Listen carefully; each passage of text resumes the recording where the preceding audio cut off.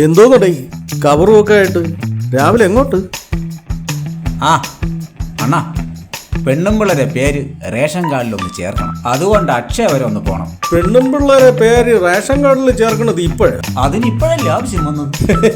മറ്റേ 1000 സർക്കാർ എഴുതുന്ന മറ്റേ 1000-ന് വേണ്ടിയല്ലേ? ഇപ്പൊ അക്ഷയ സെന്ററിലോട്ട് ചെന്ന് കഴിഞ്ഞാൽ നിന്നെയൊക്കെ പോലുള്ളവന്മാര് റേഷൻ കാർഡിൽ പേര് ചേർക്കാൻ തള്ളോട് തള്ളായി. അണ്ണാ, എന്തൊക്കെ പറഞ്ഞാലും വീട്ടിലിരിക്കണ പെണ്ണുങ്ങൾക്ക് ഇതൊരാശ്വാസം തന്നെ. ആണുങ്ങൾക്ക്, അതായത് പെണ്ണുങ്ങളെ തേച്ച് ജീവിക്കുന്ന ആണുങ്ങൾക്ക് അടുത്ത മാസം മുതൽ 2 പെഗ് കൂടുതൽ അടിക്കാം. എന്തൊക്കെ പറഞ്ഞാലും സർക്കാർ 1000 രൂപ കൊടുക്കണമെന്ന് കേട്ടപ്പോ വീട്ടിലിരിക്കണ പെണ്ണുമ്പിള്ളേരെ സന്തോഷം ഒന്ന് കാണണമായിരുന്നു.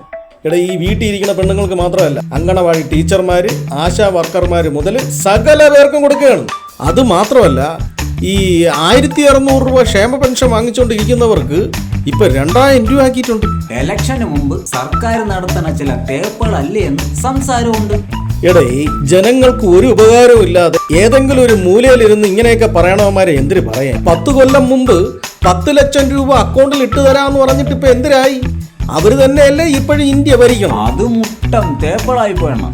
അണ്ണാ, അക്കൗണ്ടിൽ കായ്കളും മറ്റും വന്നിട്ട് വീട് വയ്ക്കാന്ന് കരുതി കാത്തിരിക്കാൻ തുടങ്ങിയിട്ട് കൊല്ലം 10-12 ഒരു അനക്കവും ഇല്ല. ഇവിടെ വലിയ ദുരന്തം സംഭവിച്ച വയനാട്ടിൽ വരെ പണം തടഞ്ഞു വെച്ച പാർട്ടികളാണ്. അണ്ണാ, ഇവരുടെ വികസനം എന്ന് പറയുന്നത് അമ്പലം കെട്ടലും കുറെ തള്ളലുകളും മാത്രമല്ലേ അണ്ണാ? ഇവിടെ അമ്പലത്തിന്റെ വലിപ്പം പറഞ്ഞ് ഇവിടെ വലിപ്പിക്കാൻ വന്നാൽ അതിവിടെ നടക്കൂല. ഇത് കേരളമാണ്, ഗൗരവം അറിയും.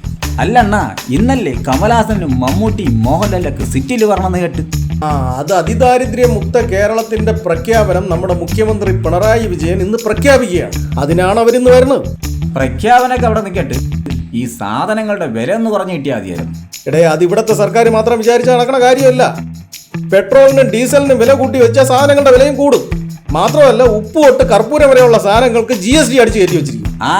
അത് പറഞ്ഞപ്പോഴാണ് കഴിഞ്ഞ ദിവസം വാസുവിന്റെ ബേക്കറി കടയിൽ പോയി ഒരു നാരങ്ങ വെള്ളം ബോണ്ടയും കഴിച്ചപ്പോൾ GST ഉൾപ്പെടെ 45 രൂപ അടിച്ചു വെച്ചേക്കണമെന്ന്. ഇതൊക്കെയാണ് ഈ പറഞ്ഞവരുടെ ആകപ്പാടെയുള്ള വികസനങ്ങൾ. അണ്ണാ, അങ്ങ് ഗുജറാത്തിൽ എവിടെയല്ല അണ്ണാ, ഏതൊരു ഡാനിയല്ല മദാനിയ, അവർക്ക് ആർക്കോ വെറും 25 രൂപയ്ക്ക് 25 ഏക്കർ എന്തോ കൊടുക്കുന്ന കേട്ടല്ല, ശരിയാണോ?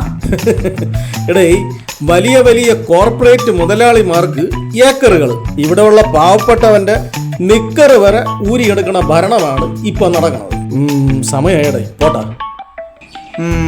ശരി, ഇനി അക്ഷയിൽ എന്തൊരു തേപ്പുകളാണ്.